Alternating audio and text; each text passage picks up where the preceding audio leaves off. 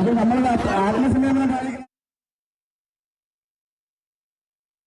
Kozhikode Areekkad hot bake എന്ന ഹോട്ടലിലെ charitable ട്രസ്റ്റിന്റെ ബോക്സ് മോഷ്ടിച്ച പ്രതി പോലീസ് പിടിയിൽ. തൃശൂർ സ്വദേശി സന്തോഷ് കുമാറിനെ ഫറോക്ക് SP സ്ക്വാഡും നല്ലളം പോലീസും ചേർന്നാണ് പിടികൂടിയത്. കഴിഞ്ഞ മാസമാണ് മോഷണം ഉണ്ടായത്. ഇയാൾക്കെതിരെ സമാന രീതിയിൽ വിവിധ ജില്ലകളിലായി കേസുകൾ ഉണ്ടെന്ന് പോലീസ് പറഞ്ഞു.